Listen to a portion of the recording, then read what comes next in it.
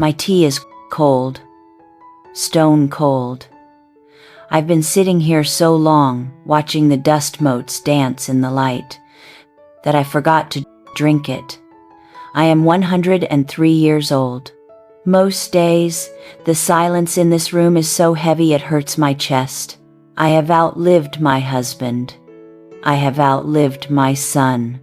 I have outlived my friends. All the noise of my life is gone. I need you to stop scrolling. Just for a moment. Please. I see the way you live. You are running. You are stressed. You are always looking at a screen or looking at a clock. You are infected with a disease. I had it too. It is a quiet killer. It's called later. And if you don't wake up, it will take everything from you. Just like it did to me. You think distraction is a modern invention? You think it's just your phones? Oh, honey. We had our own ways of ignoring the people right in front of us. In 1954, my God was a clean house. I was a good wife. That's what I told myself. My floors shone like mirrors. The linens were crisp. The dinner was on the table at 6 p.m. sharp. I treated my marriage like a job, and I treated my husband like an interruption. I remember a Tuesday night, just a random Tuesday. Robert came home from the steel mill. He smelled of iron and hard work. He came into the kitchen, his face dirty, but his eyes were so bright. He tried to hug me from behind. "Dottie," he said, "leave the dishes. Come look at the sunset. The sky is on fire." Do you know what I did? I stiffened. I pulled away. I didn't even turn around to look at him. I was scrubbing a pot, a stupid, meaningless aluminum pot. "Not now, Robert," I snapped. "I have to finish this. We can look at the sky tomorrow. It's not going anywhere." I was so arrogant. I lived in the kingdom of later. I thought, I'll be nice to him on the weekend. I'll listen to his stories when the house is clean. I'll hold his hand when the work is done. I prioritized the urgent over the important. I traded a moment of magic for a clean kitchen. I was efficient, I was productive, and I was completely blind. I didn't know that tomorrow is the most dangerous word in the English language. I didn't know that the sky was going somewhere. I washed that pot. It was spotless. But the sunset was gone, and I never got that Tuesday back. The 14th of October, 1955. It was a Friday. That morning, Robert kissed me on the cheek. He said, "Let's go to the pictures tonight, Dottie. Just us." I was already making a mental list of chores. I was thinking about the laundry that needed to be folded. I nodded, half listening. I said, "Okay, Robert, later. We'll talk about it when you get home." He walked out the door. I watched his back disappear down the driveway. I didn't watch him get into the car. I turned back to my laundry basket. He never came home. At 2 p.m., there was a knock on the door. It wasn't Robert. It was the foreman from the mill. He was holding his hat in his hands. He wouldn't look me in the eye. There had been an accident. A cable snapped. It was instant, they said. I remember standing in my hallway. The floor was polished. The rugs were straight. The house was perfect. It was the perfect house for a life that no longer existed. I looked at that pile of folded laundry, and I screamed. I screamed because my house was clean, but my soul was empty. I realized, in that terrible silence, that I had been saving my love for a special occasion. I was saving my attention for when the work was done. But Robert took all my later with him into the ground. He took the conversations I was too tired to have. He took the apologies I was too proud to make. He took that Tuesday sunset. You would think that broke me enough to change. You would think I learned my lesson. But the tragedy of being human is that we forget, we heal, and then we fall back asleep. 40 years later, I sat by a hospital bed. My son, William, my beautiful boy, he was 45. Cancer. I held his hand. It was so thin, and I realized we had spent the last 10 years playing the same game. I'll call you next week, Mom. Work is crazy. I'll visit when the weather clears up, Will. Busy. We were so busy. I looked at his sleeping face, and I saw the same thief. Later had stolen my husband, and then it came back for my son. We assume there is always more time. We act like we are immortal. We treat the people we love like furniture expected to be there whenever we finally decide to sit down. I sat in that hospital room, listening to the machines beep, realizing that I had spent my entire life preparing for a future that never arrived, while missing the only thing that was ever real. After William passed, I didn't die. I wanted to, but I didn't. Instead, I stopped running. I looked around at my empty house, at the quiet rooms that used to terrify me, and I made a vow. I promised myself that for whatever time I had left, whether it was a day or a decade, I would no longer be a sleepwalker. I learned the art of slowing down. It wasn't easy. My brain was still wired to rush. I would pick up a book and think, I should be dusting. I would sit in the garden and think, I need to call the bank. But I developed a practice. I call it remember and return. Every time I feel that itch, that panic, that I should be doing something useful, I stop. I take a deep breath. I look at my hands. I remember Robert. I remember William. And I return to the now. And when you finally stop, oh, the world opens up. It is so beautiful. Let me tell you about my morning today. In my old life, breakfast was a transaction. Shovel the food in, check the clock, wash the bowl. Done. Today, I sat here for 45 minutes with just one orange. I dug my thumb into the peel.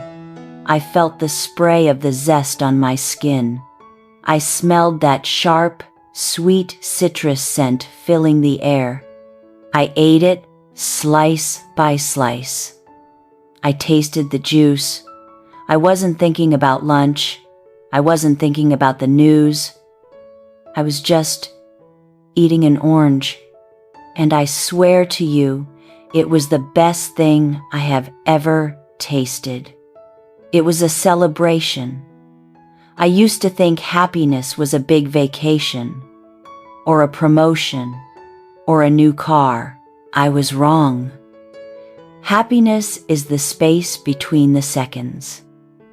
Last Sunday, my great-granddaughter, Emily, came to visit. She's 7. She talks a mile a minute. In the old days, the before days, I would have nodded along while making a grocery list in my head. I would have said, "That's nice, dear," while looking at the clock, waiting for her parents to pick her up so I could get back to my routine. But this time, I practiced. She wanted to show me a rock she found in the driveway. A dirty, gray rock. I put down my tea. I turned my whole body toward her. I looked into her. Ayeshe has Robert's eyes, and I listened. I didn't interrupt. I didn't correct her grammar. I didn't tell her to go wash her hands. I held that rock. I felt its weight. I asked her why she chose it. And do you know what happened? She blossomed. She saw that I was there, really there. She climbed into my lap and rested her head on my shoulder. We sat there for an hour, not saying a word, just watching the wind move the trees. I felt her little heart beating against my arm. That hour was worth more than my entire career. It was worth more than every clean floor I ever scrubbed. I have nothing now, by modern standards. I can't drive. I can't run. My eyes are failing. But I have never been richer. I watch the Blue Jays fight over seeds in the feeder, and it is better than television. I feel the warmth of the sun on my knees, and it feels like a hug from God. I listen to the rain hit the glass, and I don't worry about the roof leaking. I just hear the music. I realized that life isn't about what you build. It's about what you notice. The heaven you are looking for, it's not in the future. It's not in your retirement fund. It is hiding in your coffee cup. It is in the sound of your partner breathing while they sleep. It is in the way the light hits the wall at 4 p.m. I spent 80 years trying to get to the good part of life. I missed it. The good part was the Tuesday night. The good part was the messy kitchen. The good part was the noise. Now, in the quiet, I finally understand. Every breath is a victory. Every moment you are not in pain is a gift. Every time you see a face you love, it is a miracle. I am not afraid to die anymore. I am just so incredibly grateful that I finally learned how to live, even if it was at the very end. I cannot fix my past. Those days are gone, but I can help you save yours. You are watching this, and you are thinking, "That's a nice story." And then you are going to scroll to the next video. You are going to say, "I'll call my mom this weekend. I'll play with my kids when I finish this project." Stop it. Let a 103-year-old woman tell you the only truth that matters. Later never comes. Later is a lie we tell ourselves to feel comfortable with our indifference. Later is where dreams go to die. You don't need a tragedy to wake you up. You don't need a funeral to realize that your time is finite. You just need to open your eyes. The next time someone asks you to look at the sunset, look. The work will be there tomorrow. The sunset won't. I want you to do one thing for me, right now. Don't comment. Don't share this. Close this app. Call the person you love. Not a text. Call them. Hear their voice. Tell them you love them. Do it now. Before your tea gets cold. I know exactly where you are right now. You are sitting there, holding that little glowing screen, telling yourself that you are just taking a break. You are telling yourself that the real living will start later, after the promotion, after the kids grow up, after the weekend. You are exhausted, I know. You feel like you are carrying the weight of the world, and you think you have infinite tomorrows to finally put it down and rest. But listen to me. Listen to a woman who has seen the end of the road. You are betting your life on a lie.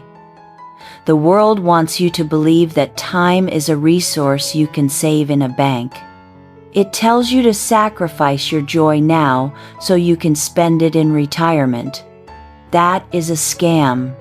Time is not money. Time is ice. It is melting in your hands right now, drip by drip, whether you pay attention to it or not. I traded thousands of todays for a someday that never came.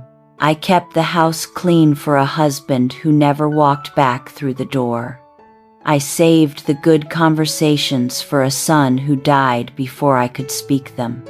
Do not be like me. Do not be a ghost in your own life. Stop planning to live. Stop waiting for the perfect moment. The perfect moment is messy and loud and inconvenient, and it is happening right in front of your face. So, here is my order. Turn off this video right now. Do not swipe to the next one. Go find the person you love. If they are in the next room, walk to them. If they are far away, call them. Look them in the eye. Touching them is better. And say the thing you have been saving. Say, I am happy you are here. Say, I am sorry. Say, I love you. Do it now, before the ice melts, before the tea gets cold,